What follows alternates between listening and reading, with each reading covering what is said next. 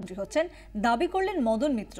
নির্বাচন কমিশনের ভূমিকা নিয়ে ক্ষোভ ব্যক্ত করেন তিনি। এসএসকেএম হাসপাতালে চোখ দেখাতে যাওয়ার ফাঁকে 24 ঘন্টার প্রতিনিধির সঙ্গে কথা বলেন কামারহাটির তৃণমূল প্রার্থী। কামারহাটিতে কি হবে দাদা?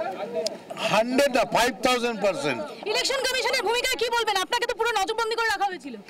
সেটা ওরা পছন্দ করেছিল আমায় দেখতে ভালো বলে। কি হয়েছিল আপনার সাথে? আমার সাথে আমার বউকে দেখা করতে দেয়নি, আমার 1 বছরের নাতি যাতে রিগিং করতে না পারে সেই ব্যবস্থা করা হয়েছিল। কি বলবেন এই ভূমিকাকে?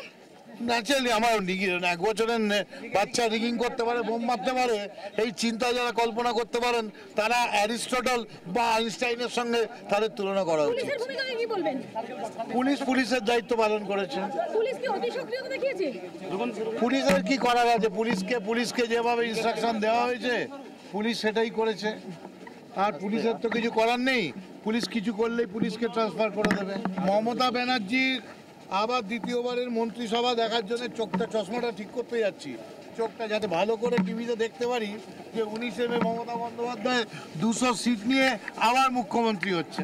দাঁড়ান তার মধ্যে হবে না, সেটা আপনাকে আমি জিজ্ঞেস করতে চাইছি না। চলুন। মদনদা কয় সিট? কতগুলো সিট? 200। কামারহাটিতে কি হবে? শিওর 5000 ভোট জিতবই। কামারহাটিতে জিতবই। মন্ত্রী হচ্ছেন আবার?